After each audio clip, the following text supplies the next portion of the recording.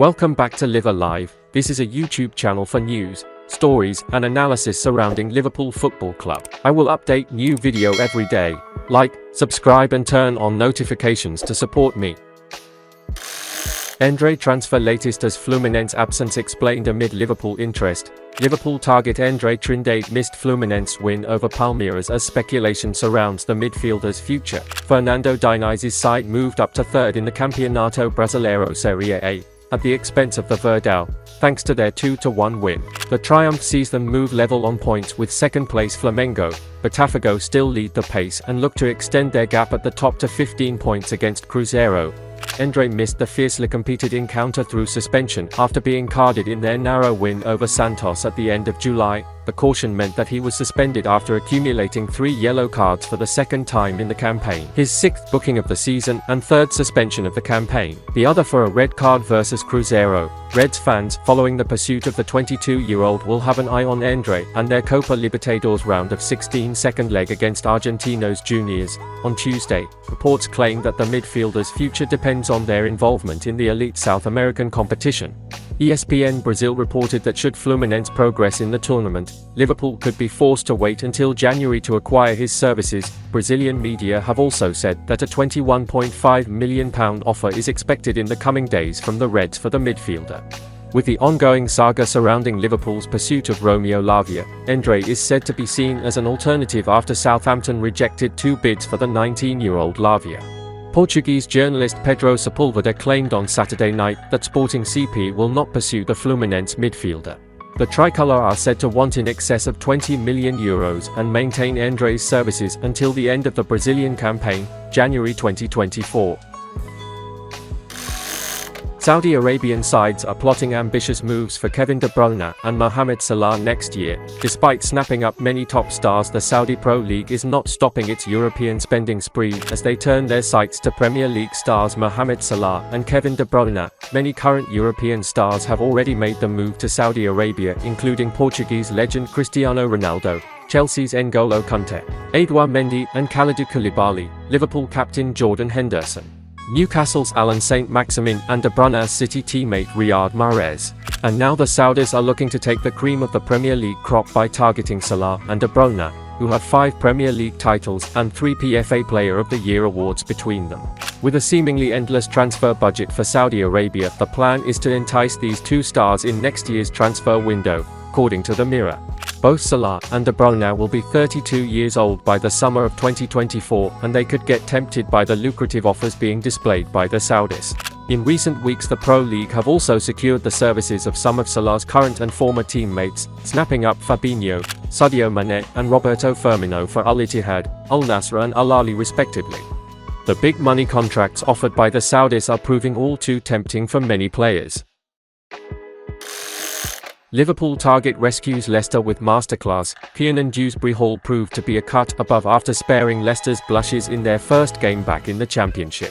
The Foxes were playing their first game of the new season after relegation from the Premier League last term, facing Coventry at the King Power Stadium. Dewsbury Hall scored a late double to earn a 2-1 win following Kyle McFadzean's opener for the Sky Blues. It meant that Leicester's EFL campaign got off to a strong start, despite not having things entirely their own way during the 90 minutes. As for Dewsbury Hall, he was the star of the show, and the caliber of his display did not go unnoticed. After losing stars such as James Maddison, Harvey Barnes, Johnny Evans and Yuri Tielemans this summer, the stage is set for the 24-year-old to become a real star under Enzo Maresca. Despite links with Liverpool, Dewsbury Hall has the potential to take the Championship by storm this season, something that isn't lost on supporters who were clearly very impressed with the quality of his performance and 2 goals. One supporter said, "Make him captain and build the team around him now." Another said, "He's clearly 1 or 2 levels above this league." A third fan said, "Liverpool fans, I told you he was a player," while another declared, "Best midfielder in England." Liverpool must change transfer approach as new Premier League rules become clear. Even the best laid plans can often go awry. So Liverpool have discovered during a transfer market that has been transformed almost as much as Jurgen Klopp's squad itself. The £95 million signings of Alexis Mac Allister and Dominic Szoboszlai had been the ideal start to a potentially pivotal summer. the first a farewell gift at a bargain price from departing sporting director Julian Ward. The second an example of how his successor Jurgen Schmidt can be swift in ensuring business is done. It appeared to have gone some way to resolving that.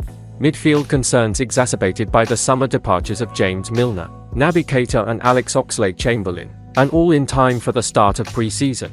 Another midfielder was being scouted and a left-sided centre-back also, but the priority business had been completed, but before the squad had even jetted out to Germany for their 10-day training camp, so Saudi Arabia came calling, taking first Jordan Henderson and then Fabinho, two linchpins of the glory era under Klopp and, of course, Liverpool's two senior defensive midfield options, from being proactive.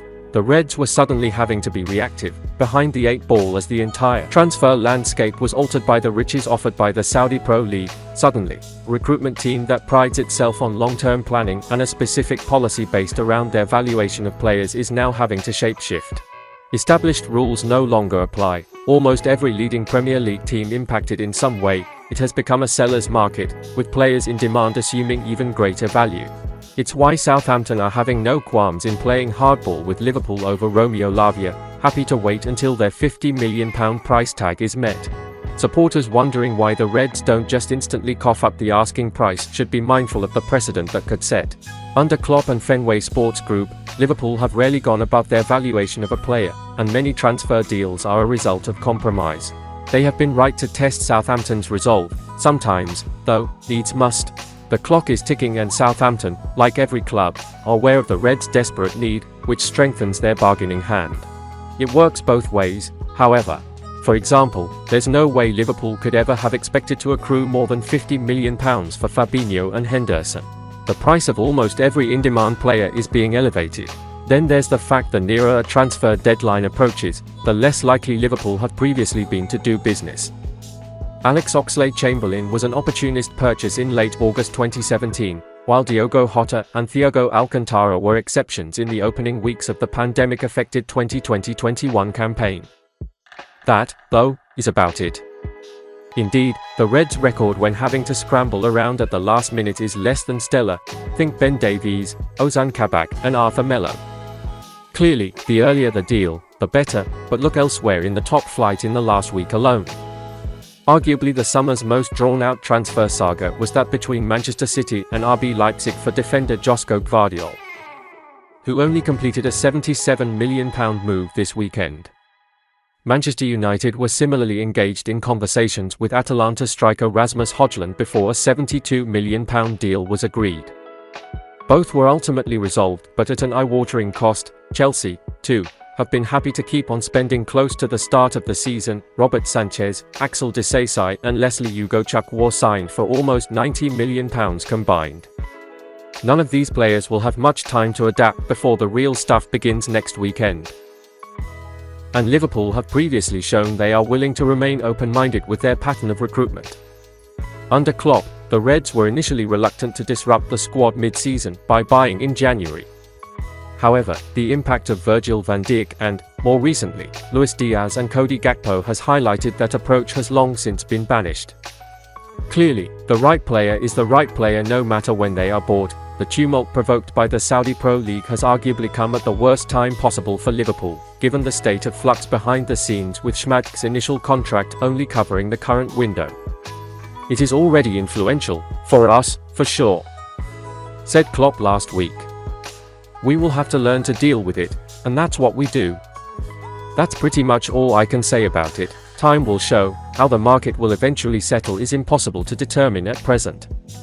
Inescapable, though, is the fact the transfer landscape has changed and continues to do so, and Liverpool are simply going to have to change with it, or risk being left behind. There are new rules now.